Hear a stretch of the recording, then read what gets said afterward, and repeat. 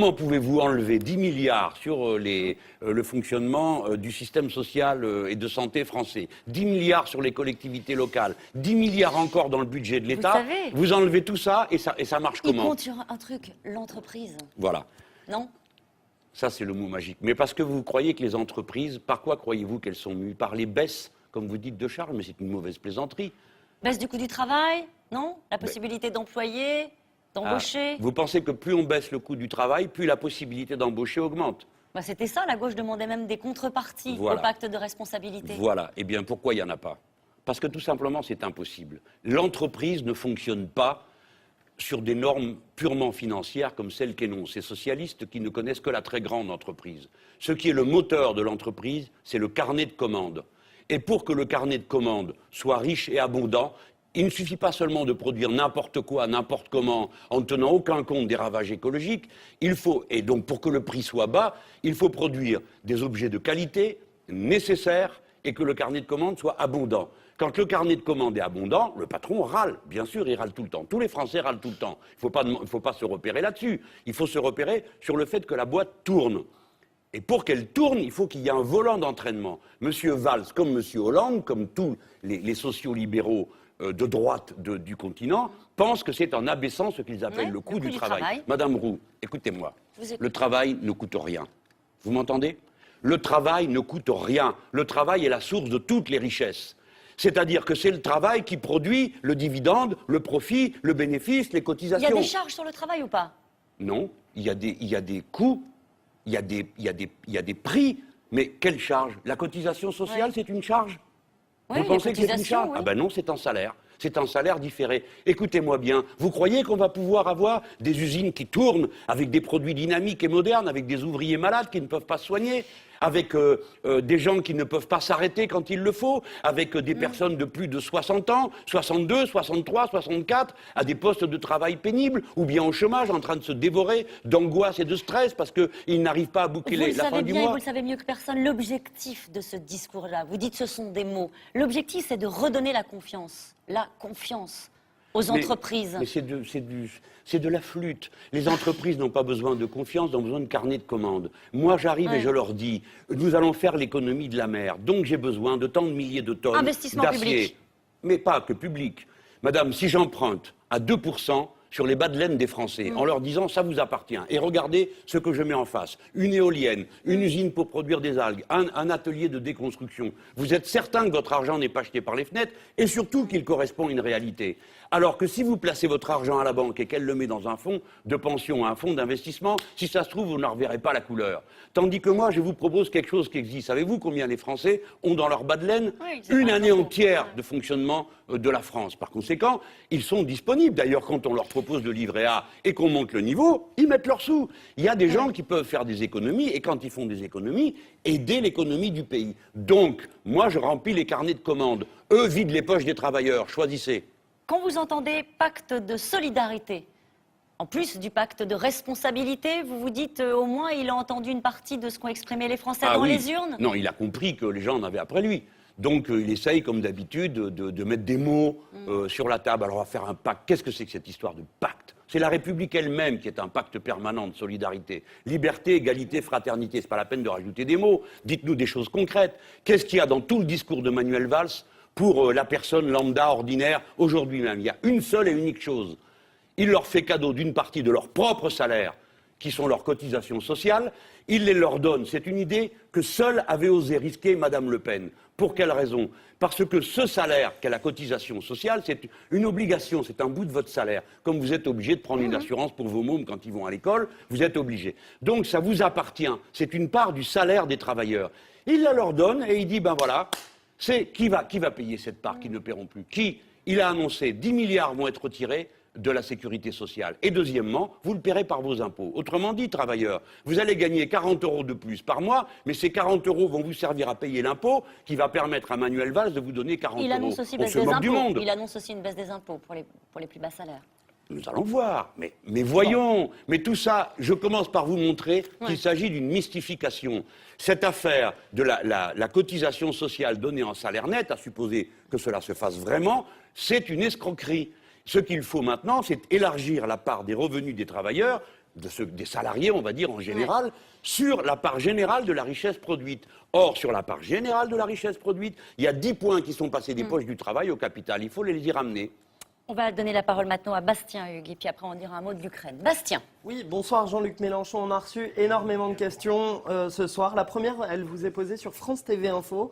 Comment expliquez-vous que vos amis communistes aient perdu de nombreuses villes au municipal ?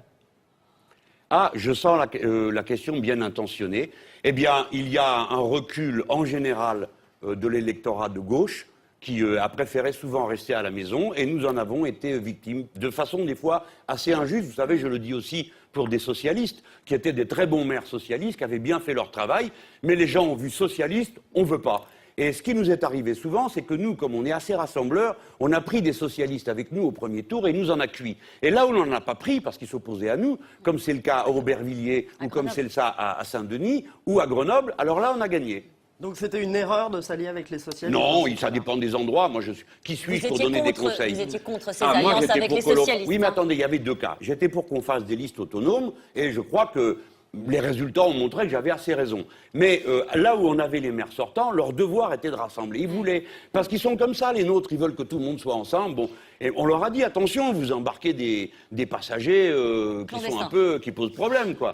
Mais on n'en était pas sûr, donc moi je ne leur jette pas la pierre, je leur dis, ils étaient dans leur rôle de maire, qui est un rôle de rassembleur. Allez, une autre question, Bastien. Oui, ces derniers mois, on vous a entendu dire à plusieurs reprises qu'on ne peut pas continuer avec cet euro-là. Un internaute vous pose cette question, pourquoi refusez-vous de proposer une sortie de l'euro? Parce que je me prépare à gouverner. Et j'essaye de parler de manière, constructive et habile. Je ne vais pas dire aux Allemands que je leur fais cadeau de l'Europe. Voilà. L'euro appartient aussi aux Français. La question n'est pas l'euro, c'est comment on gère l'euro. C'est-à-dire qu'aussi longtemps qu'on a une banque centrale indépendante, qui ne rend pas de compte et qui n'a qu'un seul objectif, lutter contre l'inflation, et que cette banque ne peut pas prêter directement aux États, nous allons à la catastrophe. Donc si nous déverrouillons là, nous déverrouillons toute la situation. Mettez que j'aille voir Madame Merkel, je lui dirai, nous sommes la deuxième économie du continent. Vos histoires de retraités allemands, ça suffit. Voilà ce que nous demandons. D'ailleurs, nous désobéirons au traité. Elle va me dire, mais Monsieur Mélenchon, vos prédécesseurs ont signé, la parole de la France est engagée. C'est vrai. Donc je demanderai au peuple français de voter. On continue ça ou on arrête? À ce moment-là, tout le monde saura. Ou bien on cède aux Français sur la question de l'euro, ou il n'y a plus d'euro. Mais ce n'est pas moi qui vais prendre la décision de plonger toute l'Europe dans le chaos, simplement pour faire une déclaration qui serait sympathique sur un plateau de télévision. S'il vous plaît, des réponses courtes, il nous reste 5 minutes. Mais c'est compliqué, ça aussi. Je sais, mais allez, un petit effort. Un autre Bastien. sujet sur Facebook. Êtes-vous satisfait que Manuel Valls ait régularisé 50% de sans-papiers en plus l'an dernier? Comment expliquer une telle aberration quand on a déjà 5 millions de chômeurs? Il doit y avoir des raisons, j'en suis sûr, parce que le ministère de l'Intérieur n'a pas la réputation d'avoir la main souple pour ce qui est de signer. Il doit donc y avoir des raisons. Et j'adjure que les gens comprennent que la situation est souvent plus compliquée qu'ils ne le croient. Et surtout qu'ils n'aillent pas croire que la France ferait une affaire en expulsant tous les immigrés et leurs enfants qui se trouvent sur notre sol, car ce serait la ruine assurée, vu que c'est eux qui payent quelque chose comme une 50aine de milliards à la sécurité sociale, sans lesquels les comptes seraient désastreusement creusés. Ouais. Allez, une dernière question, Bastien. Oui, courte sur Twitter. Que pensez-vous du projet de Hollande et de Valls de passer de 22 à 12 régions? Je ne suis pas très régionaliste, mais c'est un niveau d'action qui est assez proche des départements pour que ça fonctionne. Mais ce n'est pas ça que je lui reproche le plus, c'est de vouloir supprimer les départements.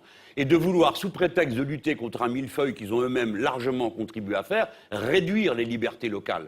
Je le dis à ceux qui m'entendent, les libertés locales sont fondatrices des libertés en France. C'est par les communes que l'habitude de voter a été prise, mais y compris sous l'Ancien Régime. Détruire tout ça, c'est très grave. Tout ça pour faire quoi? Des économies de quoi, s'il vous plaît? Est-ce qu'il n'y aura plus, comme avant, des budgets sociaux? Bien sûr que si. Est-ce qu'il n'y aura plus des routes à faire? Bien sûr que si. Donc ce sont des fausses économies. Ce qu'il est en train de faire, c'est de concentrer le pouvoir sur quelques mégapoles où régneront quelques satrapes de circonstances, après qu'on ait découpé la France de la manière que vous savez. Je vais vous dire, une France sans département, avec des régions et sans pouvoir communal, ça a déjà existé, ça s'appelle le Moyen-Âge et l'Ancien Régime.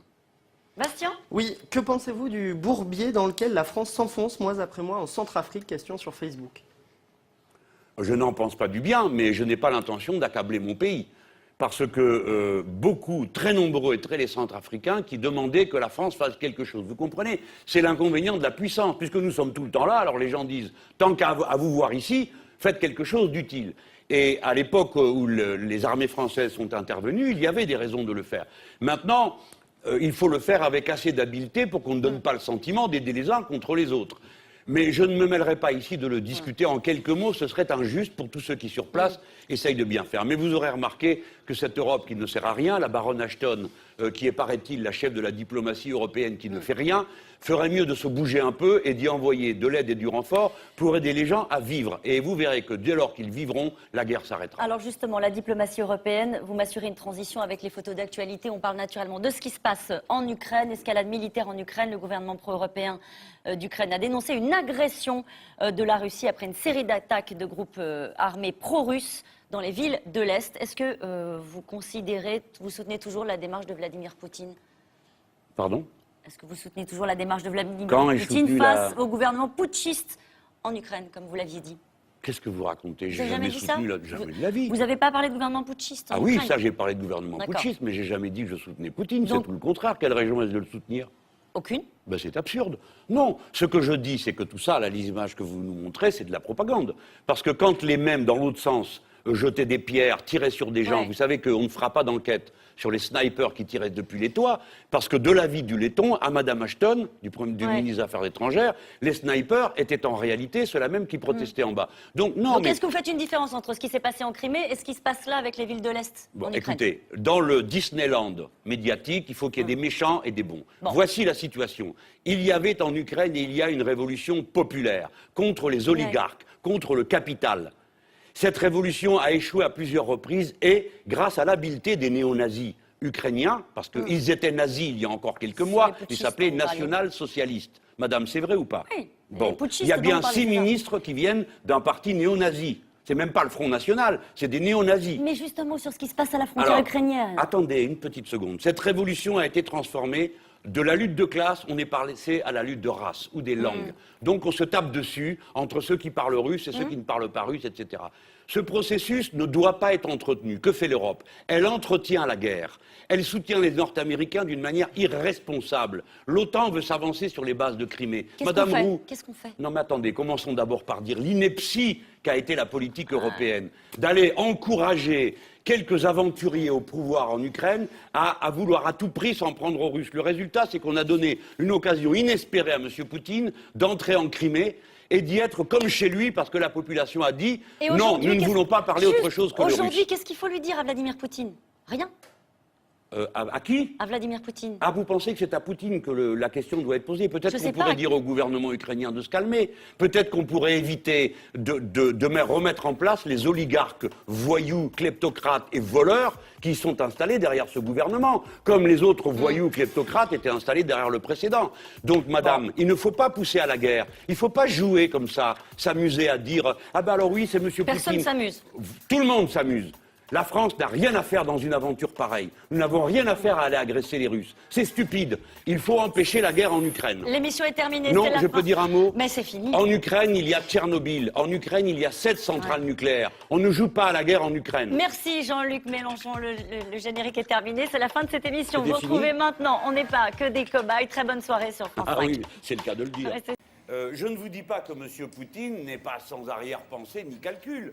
Il profite du désordre qu'il n'a pas besoin de créer pour avancer tout doucement ses pions. Je pense qu'il n'est pas intéressé à la conquête de cette partie du Donetsk, cette partie de l'Ukraine qui est plutôt préoccupée. Les gens sont préoccupés eux-mêmes par le fait que si jamais l'Ukraine dévissait de la Russie, alors leur industrie serait ruinée et eux avec. Par conséquent, faisons bien attention à ne pas nous tromper. Je pense qu'actuellement, la situation a échappé au contrôle des deux grands protagonistes, aussi bien les Russes que les Nord-Américains, pour ne pas parler des Européens qui comptent pour beurre dans cette histoire. Donc nous, les Européens, nous devons maintenant intervenir pour calmer, apaiser faire descendre la température à tout prix et non pas exciter les uns contre les autres en disant oui, oui, c'est M. Poutine qui est là, attention, le grand méchant loup. Non, il faut dire du calme, tout le monde doit se calmer. Le gouvernement de Kiev ne doit pas réprimer violemment les russophones du Donetsk et ceux-ci doivent recevoir les garanties qu'ils demandent, qui sont essentiellement des garanties sociales. Et alors, les Russes n'interviendront pas, en tout cas, moi je le souhaite. I'd like to ask you a question About the American surveillance Secret online Services, Edward communications Snowden. And the bulk collection of private records by intelligence and law enforcement services.